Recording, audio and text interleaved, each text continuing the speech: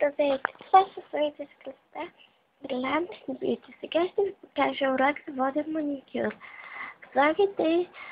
Гледайте кои лакове се разтварят и кои не. Първо проверете преди да решите да се правите.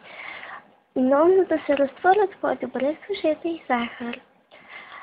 Разбъркайте я добре, защото иначе само да се объркват нещата.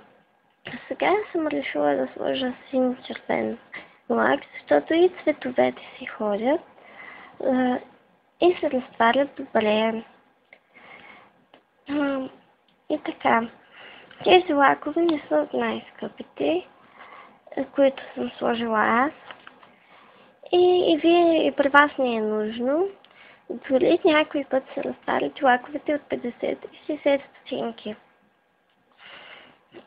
Изчакайте известно време, обаче да се разтвори добре, преди да сте сложили другия цвят лак. И внимавайте къде слагате четчицата и откъде слагате лака. Гледайте да го сложите от нивото горе-долу на чашата. Опирайте се, ако искате ръката в края на чашата, преди да сложите капчицата. И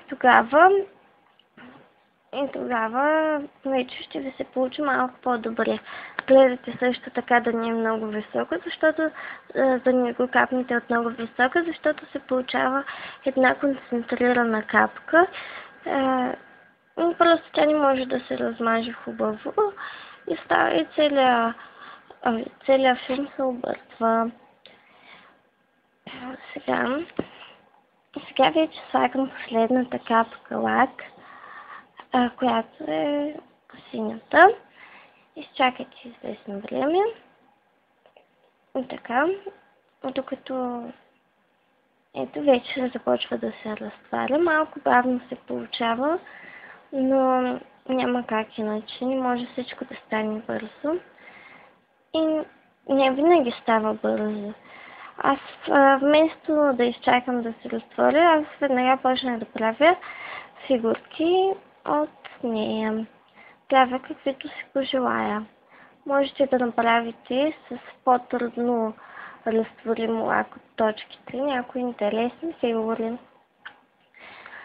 Така, сега започнах да разнасям синята точка навсякъде и започвам да направя отвътре навън, понеже, както казах, се образува люспа. И така, получи се интересна форма и аз в момента ще сложа изкуствен ногът върху лака. И ще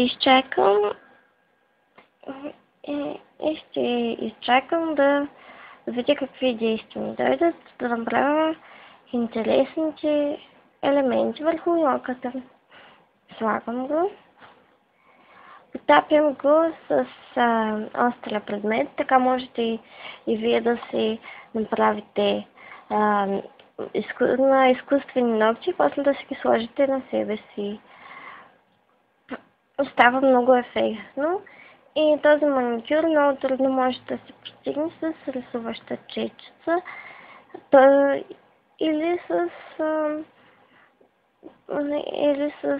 дори от професионален маникюр, някой път този ефект не може да се получи. Това беше всичко от мен. Вижте какъв ефект се получи. Довиждане.